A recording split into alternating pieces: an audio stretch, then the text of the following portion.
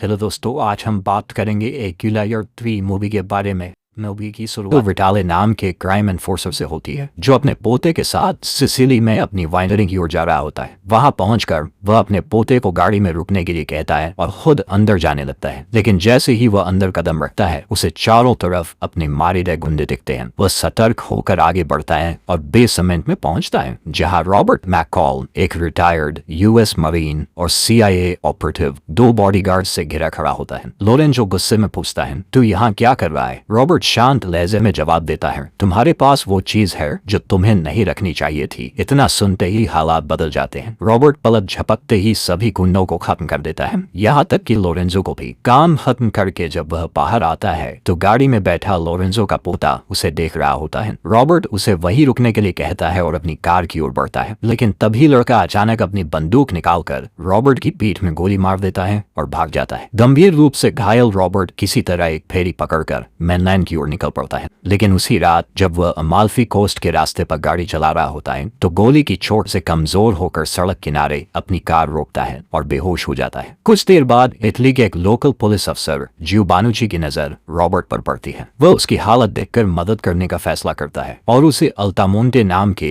एक छोटे से शहर में ले जाता है। वहां एक डॉक्टर एंजो उसका इलाज करता है। जब रॉबर्ट को होश आता है तो एंजो उसे बताता है कि उसकी जान जियो ने बचाई है। फिर वह रॉबर्ट से एक सीधा सवाल पूछता है, क्या मैंने सही आदमी को बचाया या गलत आदमी को? रॉबर्ट के पास इसका कोई जवाब नहीं होता। रॉबर्ट वापस लौटना चाहता है, लेकिन एंजो उसे रोकता है। वो समझाता है कि उसकी चोट ठीक होने में समय लगेगा और उसे रुकने की सलाह देता है। आखिरकार रॉबर्ट को वहीं रुकना पड़ता है। एंजो की देखभाल के चलते 3 दिनों में रॉबर्ट की हालत कुछ बेहतर हो जाती है। अब वह छड़ी के सहारे चल सकता है। एक दिन वह शहर को देखने बाहर निकलता है, लेकिन खुद को पुलिस की नजरों से बचाने की कोशिश करता है। चलते चलते वह एक छोटे से कैफे पहुंचता है, जहां उसकी मुलाकात अमीना से होती है, जो कैफे की मालकिन और वेट्रेस भी है। वह उसे उनकी सबसे बेहतरीन कॉफी देती है, जबकि रॉबर्ट ने चाय मांगी थी। कुछ देर बाद जो अपनी बेटी कैबी के साथ रोज की तरह उसी कैफे में आता है और रॉबर्ट से मिलता है। जब अमीना जियो की बेटी को व्यस्त रखती है, तब जियो रॉबर्ट को उसकी कार की चाबियां सौंपता है। वह यह भी बताता है कि उसने अब तक उसके बैग नहीं देखे हैं। साथ ही जियो कहता है कि उसने रॉबर्ट की कार स्टेशन के पीछे पार्क कर दी है और जब भी वह ठीक महसूस करे तो आकर ले सकता है। इसके बाद रॉबर्ट एक गुमनाम कॉल करता है। ये कॉल सीधे CIA फाइनेंशियल ऑपरेशंस ग्रुप में जाती है, जहां वह एजेंट एम्मा कॉलिंस से बात करता है। वह उसे सिसिली की उस वाइनरी के बारे में जानकारी देता है, जो असल में ड्रग तस्करी का अड्डा है, लेकिन इसे कानूनी बिजनेस ट्रांजैक्शंस की तरह दिखाया जा रहा है। जानकारी देने के बाद रॉबर्ट अपना फोन पूरी तरह बेकार कर देता है, ताकि कोई उसे ट्रैक न कर सके। दूसरी ओर एम्मा इस अहम सूचना को बाकी CIA ऑपरेटिव तक पहुंचा देती है। अगले कुछ दिनों में रॉबर्ट शहर में घूमता रहता है और धीरे धीरे वहां के स्थानीय लोगों से घुलने मिलने लगता है। इसी दौरान उसे कैमोरा नाम के एक इटालियन माफिया गैंग के बारे में पता चलता है, जो शहर के लोगों को डराकर उनसे जबरन हफ्ता वसूलता है। एक दिन रॉबर्ट देखता है कि एंजेलो, जो एक लोकल सी फूड विक्रेता है, मार्को क्वारंटा नाम के माफिया सदस्य से बुरी तरह पिट रहा है। मारने के बाद मार्को एंजेलो को चेतावनी देता है कि वह अगले हफ्ते पैसे लेने फिर आएगा। इसके बाद ये गैंगस्टर एक बड़े बिल्डिंग की ओर जाते हैं, जहां कैमोरा का लीडर और मार्को का भाई विंसेंट क्वारंटा जबरदस्ती वहां के लोगों को बेदखल करने की योजना बना रहा होता है। असल में कैमोरा का इरादा इस पूरे शहर को बदलने का है। वे यहाँ होटल, रिसोर्ट और कैसीनो बनाकर इसे एक व्यावसायिक केंद्र में तब्दील करना चाहते हैं। एक इमारत के कमरे में एक बुजुर्ग व्यक्ति जो व्हील चेयर पर बैठा है, कैमोरा गैंग के दबाव के आगे झुकने से मना कर देता है। इसका अंजाम भयानक होता है। गैंग के लोग उसे खिड़की से बाहर लटका देते हैं, जिससे उसकी मौत हो जाती है। दूसरी तरफ रॉबर्ट और एंजो डिनर के दौरान बातचीत करते हैं। रॉबर्ट एंजो से कहता है कि वह उसके रोजमर्रा के कामों में मदद करना चाहता है। अभी सुबह रॉबर्ट एंजो के लिए बाजार जाता है और एंजेलो की दुकान पर रुकता है। एंजेलो, जो एक नेक दिल इंसान है, पैसे लेने से इनकार कर देता है। वह मुस्कुराते हुए कहता है कि उसके लिए यह गर्व की बात है कि एंजो का कोई दोस्त पहली बार उसकी दुकान पर आया है। इसी बीच एम्मा और अन्य CIA एजेंट्स रॉबर्ट की दी गई जानकारी के आधार पर सिसिली की वाइनरी में जांच करने पहुंचते हैं। वहां उन्हें एक स्टोर में छुपा कर रखे करोड़ों कैश और नशीली दवाओं से भरे बैग मिलते हैं। ये देखकर हैरान एम्मा और उसका साथी फ्रैंक कॉनरॉय तय करते हैं कि इस मामले की गहराई से छानबीन करनी होगी। बारिश के दिन एंजो रॉबर्ट की चोट की जांच कर रहा होता है। तभी रॉबर्ट उससे पूछता है कि उसने उसकी मदद क्यों की, बिना एम्बुलेंस या पुलिस को बुलाए। एंजो मुस्कुराता है और उसे याद दिलाता है कि जब उसने पहली बार पूछा था, क्या मैंने सही आदमी को बचाया या गलत, तब रॉबर्ट के पास कोई जवाब नहीं था। फिर वह कहता है, कभी कभी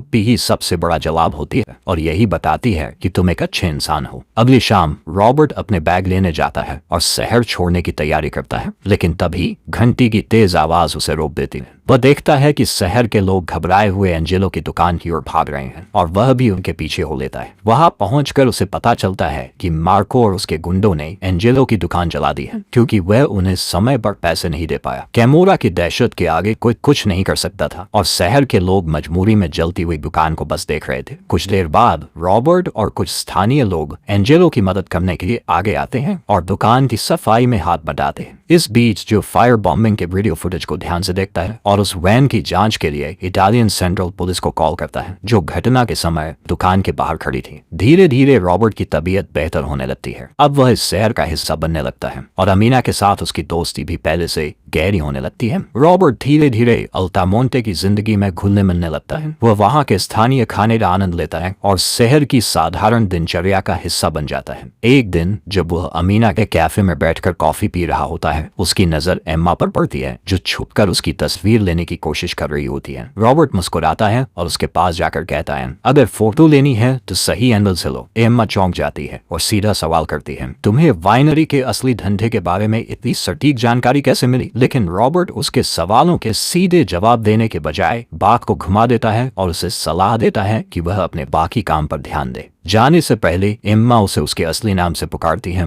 रॉबर्ट। ये सुनकर वह कुछ पल के लिए चौंक जाता है। उसी दिन शाम को जो अपनी बेटी गैबी को स्कूल से लेने पहुंचता है, तभी उसे एक अनजान नंबर से फोन आता है। कॉल करने वाला बताता है कि गैबी की छुट्टी बाकी बच्चों से पहले कर दी गई थी। चिंता में डूबा जियो तुरंत स्कूल के एक टीचर से पूछता है। टीचर उसे बताता है कि कुछ दिन पहले एक अधिकारी गैबी को अपने साथ ले गया था। घबराए हुए जो तेजी से घर पहुंचता है, लेकिन वहां का नजारा उसे अंदर तक हिला देता है। उसकी पत्नी और बेटी कैमोरा गैंग के कब्जे में होती हैं। मार्को सबके सामने उसकी बेरहमी से पिटाई करता है ताकि उसे सबक सिखा सके कि उनके काम में दखल देने का अंजाम कितना खतरनाक हो सकता है। जाते जाते गैंग उसे साफ शब्दों में धमकी देता है, अगर दोबारा हमारे रास्ते में आए तो अगली बार सिर्फ तुम नहीं, तुम्हारी फैमिली भी नहीं बचेगी। शाम को रॉबर्ट देखता है कि जियो एंजो के ऑफिस से बाहर निकल रहा है। उसके चेहरे पर चोटों के गहरे निशान हैं। ये देखकर रॉबर्ट को शक होता है और वह एंजो से पूछता है कि आखिर माजरा क्या है। एंजो गहरी सांस लेकर कहता है, ऐसी घटनाएं यहाँ आम है। कैमोरा हर जगह अपने पैर पसार चुका है। ये एक ऐसा कैंसर है जिसका कोई इलाज नहीं। अगले दिन रॉबर्ट चर्च जाता है जहाँ उसकी मुलाकात फिर से एम्मा से होती है। एम्मा उसे बताती है कि लोरेंजो विटाले पिछले 10 सालों से इंटरपोल की मोस्ट वांटेड लिस्ट में था और उसका आपराधिक नेटवर्क बहुत बड़ा था। इसके बाद वह रॉबर्ट की तरफ देखती है और संदेह भरे लहजे में पूछती है, तुमने ये जानकारी बाकी किसी को नहीं, सिर्फ मुझे क्यों दी? वह जानना चाहती है कि रॉबर्ट के असली इरादे क्या है, लेकिन रॉबर्ट बात बदल देता है और कहता है कि उसे इस बात पर ध्यान देना चाहिए कि आखिर सिसिली ही इन तस्करी गतिविधियों का केंद्र क्यों बना। एम्मा वादा करती है कि वह जल्द ही इसका जवाब ढूंढ निकालेगी, लेकिन जाते जाते कहती है, अगली बार मिलने पर उम्मीद है कि तुम मेरे असली सवाल का जवाब दोगे। शाम को जियो अपनी पत्नी और बेटी के साथ एक रेस्टोरेंट में डिनर कर रहा होता है। तभी मार्को और उसके साथ ही वहां पहुंच जाते हैं और उनका सुकून भंग कर देते हैं। मार्को चाहता है कि जियो उनकी गैर कानूनी गतिविधियों के लिए एक नाम तैयार करने में मदद करे। संयोग से रॉबर्ट भी उसी रेस्टोरेंट में मौजूद होता है और उनकी बातचीत सुन लेता है। वह मार्को की ओर देखता है और शांति से कहता है, इस परिवार को परेशान मत करो। मार्को उसे घूरता है और गुस्से में कहता है, बेहतर होगा कि तुम इस मामले से दूर रहो, वरना अंजाम ठीक नहीं होगा। लेकिन रॉबर्ट बिना घबराए मुस्कुराता है और कहता है कि उसे इस शहर और यहाँ के लोगों से लगाव हो गया है। फिर वह मार्को को सीधे शब्दों में चेतावनी देता है, अपना धंधा कहीं और ले जाओ, वरना इसके गंभीर परिणाम भुगतने पड़ेंगे। जब मार्को फिर भी चेतावनी को नजरअंदाज करता है तो रॉबर्ट अचानक उसका कंधा मरोड़ देता है और उसका हाथ जकड़ लेता है, जिससे मार्को दर्द से चीख उठता है। फिर वह उसे आदेश देता है कि अपनी बंदूक मेज पर रखे और अपने आदमियों के साथ रेस्टोरेंट से बाहर चला जाए। कुछ देर बाद गुस्से में मार्को अपने गुंडों के साथ वापस जाकर रॉबर्ट को मारने की योजना बनाता है, लेकिन इससे पहले कि वे अपना प्लान अंजाम दे पाते, रॉबर्ट एक वैन सीधे उनके 2 आदमियों पर चढ़ा देता है और उन पर हमला कर देता है। लड़ाई के दौरान एक मौके पर मार्को चाकू निकालकर रॉबर्ट की गर्दन पर रख देता है और उसे जान से मारने की धमकी देता है, लेकिन रॉबर्ट फुर्ती से उसका हाथ मरोड़ देता है और उसी चाकू को मार्को की गर्दन में घोंप देता है, जिससे उसकी मौके पर ही मौत हो जाती है। अगली सुबह फ्रैंक रोम से एम्मा को फोन करता है और उसे हाल ही में हुए स्टेशन बम धमाके के बारे में जानकारी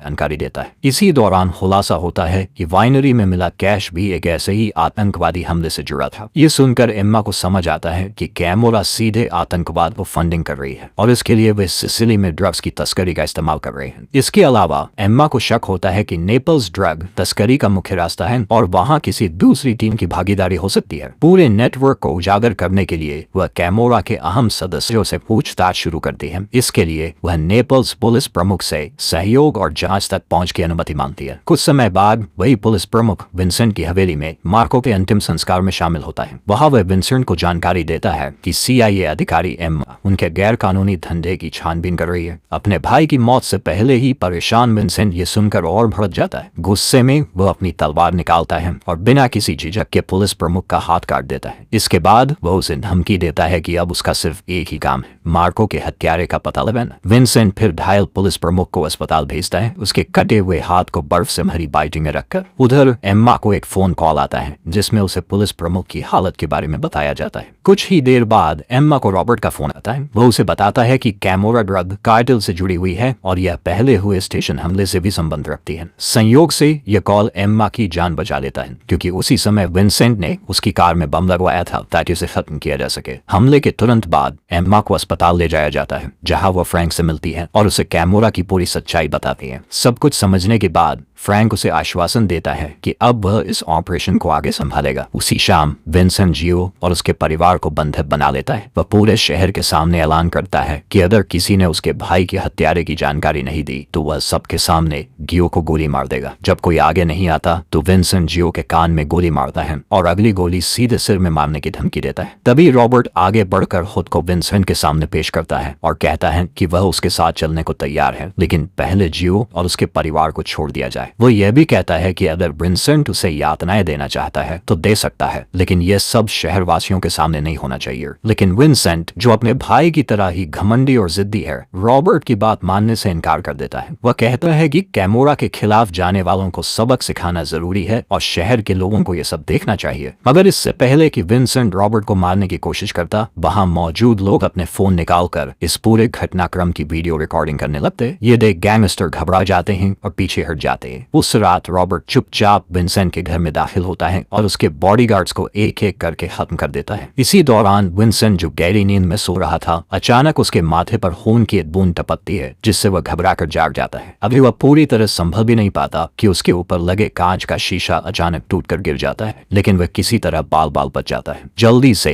विंसेंट अपनी गन उठाता है और अपने साथियों से संपर्क करने की कोशिश करता है, लेकिन वह नहीं जानता कि वे सब पहले ही मारे जा चुके हैं। तभी रॉबर्ट सामने आ जाता है और उसे जबरदस्ती उसकी ही ड्रग्स का घातक डोज लेने पर मजबूर कर देता है। घबराया विंसेंट हवेली से भागने की कोशिश करता है, मगर रॉबर्ट उसका पीछा करता रहता है। आखिरकार विंसेंट नेपल्स की ठंडी वीरान गलियों में लड़खड़ाकर गिर जाता है और ड्रग ओवरडोज से उसकी तड़प तड़प कर मौत हो जाती है। सुबह होते ही रॉबर्ट अस्पताल में एम्मा से मिलने जाता है। एम्मा उसकी तरफ देखती है और शुक्रिया अदा करती है कि उसने उसकी जान बचाई। बिना कुछ कहे रॉबर्ट जमीन पर पैसों से भरा एक बैग रख देता है। फिर वह उसे ग्रेग डायर की कहानी सुनाता है, एक ऐसा आदमी जिसने अपनी पेंशन एक साइबर अटैक में खो दी थी। यही सुनकर एम्मा समझ जाती है कि रॉबर्ट ने उस साइबर हमले के पीछे के लोगों का पीछा करते हुए वाइनरी तक रास्ता खोज निकाला था। उसने लॉरेंस शो और उसके गुंडों को मार गिराया और वही रकम वापस हासिल थी जो ग्रेग का हक थी। थोड़ी हैरानी के साथ एम्मा पूछती है, क्या तुम और डायर अच्छे दोस्त हो? रॉबर्ट हल्की मुस्कान के साथ जवाब देता है, हम बस एक बार मिले थे। इसके बाद एम्मा बोस्टन जाती है और ग्रेग और उसकी पत्नी को उनके पैसे लौटाती है। हैरान ग्रेग पूछता है, आखिर ये शख्स कौन है? कोई अजनबी हमारे लिए इतनी मेहनत क्यों करेगा? एम्मा हल्का सा मुस्कुराती है और कहती है, काश मैं भी ये जान पाती। जैसे ही एम्मा वहां से निकलती है, ग्रेग अपनी पत्नी की ओर देखकर खुशी से कहता है, अब हमें अपना घर छोड़ने की जरूरत नहीं है, चलो सामान वापस रख देते हैं। एक दिन लैंगली वर्जीनिया में स्थित CIA मुख्यालय में